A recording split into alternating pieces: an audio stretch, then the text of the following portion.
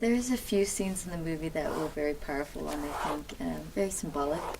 I wondered if you could talk about this scene in the karaoke room where Sung-chul is singing a very famous Korean hymn that everybody knows, and he's singing it with the karaoke girls and disco version.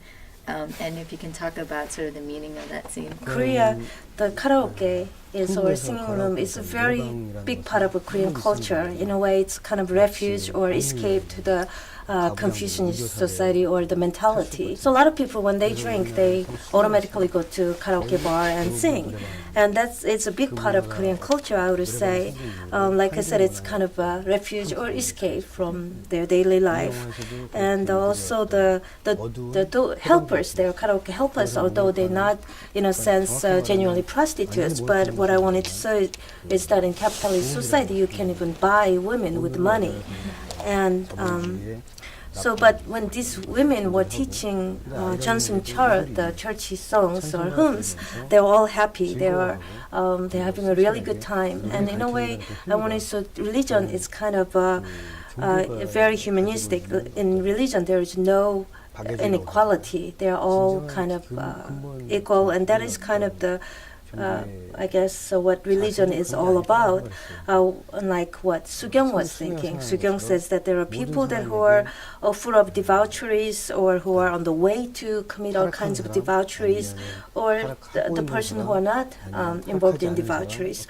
So in a way, she has very set standard or criteria as to how one needs to be defined.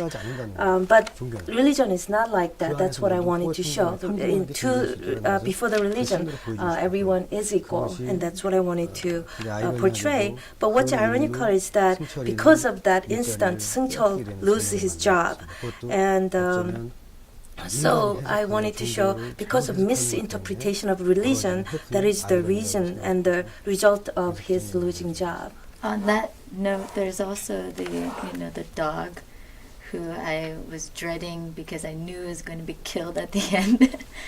I was dreading that moment, but it symbolizes a lot of the qualities that can't survive in this society.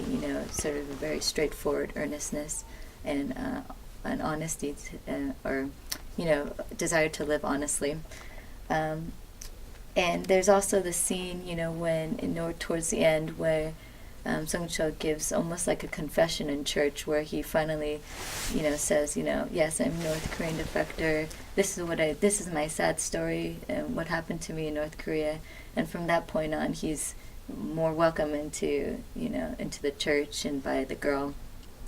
So I wanted to see if you could talk about sort of the ending of the movie and how you see his character. Is he sort of accepting? Is he becoming assimilated into society? He's also fighting back, so there's a lot of things happening at the same time. After Sung-chul confesses what he did in North Korea, at that point, he had nothing to lose. He lost the woman that he truly loved, and he lost his jobs that he had. So he felt that there is nothing else to hide. He could be honest to himself. But after he confesses at church, everyone kind of be more hospitable, including Sugyong. So in a way that's our psychology. We're always looking for some kind of object to save someone's soul and to help and to be compensated. And in a way, that's how our sins are forgiven. Kind of in a way, that's the religious life. I'm not sure. So in a way, it's not a religious, I guess, savior without any ulterior motives, I think. In a way, it has a object. The purpose is to forgive themselves. I guess in this case, Sugyong forgive herself. So kind of type of atonement, and we all do that in our lives. And maybe that is the force to sustain the world in this our society. And I don't think that that's necessarily bad. Although there's a discord and this harmony, but there's ironic. But I wanted to show that that is what exists in our society. And at the end, the dog, the Baekgu, dies. And what I wanted to symbolize in that movie was that that was, again, my way of saying, I'm very sorry to Seung-chul, my friend. It was my way of confessing it. And although the dog died, although Seung-chul died, I continued to live, and I cannot afford thinking about him all the time. I mean, sometimes we have things that are make us happy happens or sad, but we continue to live. And so in that movie, the dog dies, and Seung-chul kind of passes away. He doesn't pick up the dog. He just continues to walk away, and it kind of shows that he will continue living on. His life will go on, and that's what I wanted to show to the audience. So at the end, what I wanted to also ask the audience is that, why do we have to live like this? Do we have to, or is there another way? So I wanted the audience to ask those questions to themselves. And just one last question. Since I know now that this is, based on your very close friend, and in a way, this act of making the movie and it becoming so successful is almost like sort of an atonement for, how you feel about your friend and the time you had with him. But, you also directed and produced the film, and you were the main character in it.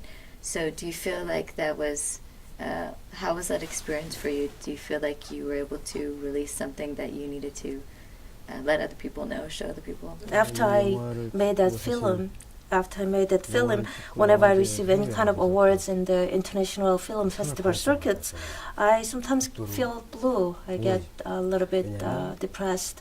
And because I did not expect to win this kind of awards or this kind of reactions, and I did indeed receive a lot of awards, but and sometimes I feel kind of bad in a way that, did I use him as a subject of my movie? It was just that I just used him as a material, but. So sometimes that I felt kind of guilty because of that. But during the VIP screening, Chun Seung-chul, my friend's mother, and his older brother, big brother, saw that, and they came up to me and says that, I'm really grateful that you made this movie, and they saw it very well. It was an excellent movie, and that was a great consolation. That was, at that point, I felt like I took off my burden that I had. So that comments from his mother and older brother were more important and more meaningful than any awards that I have been receiving so far. And this friend, Seung-chul, wanted to make films with me, but he prematurely passed away.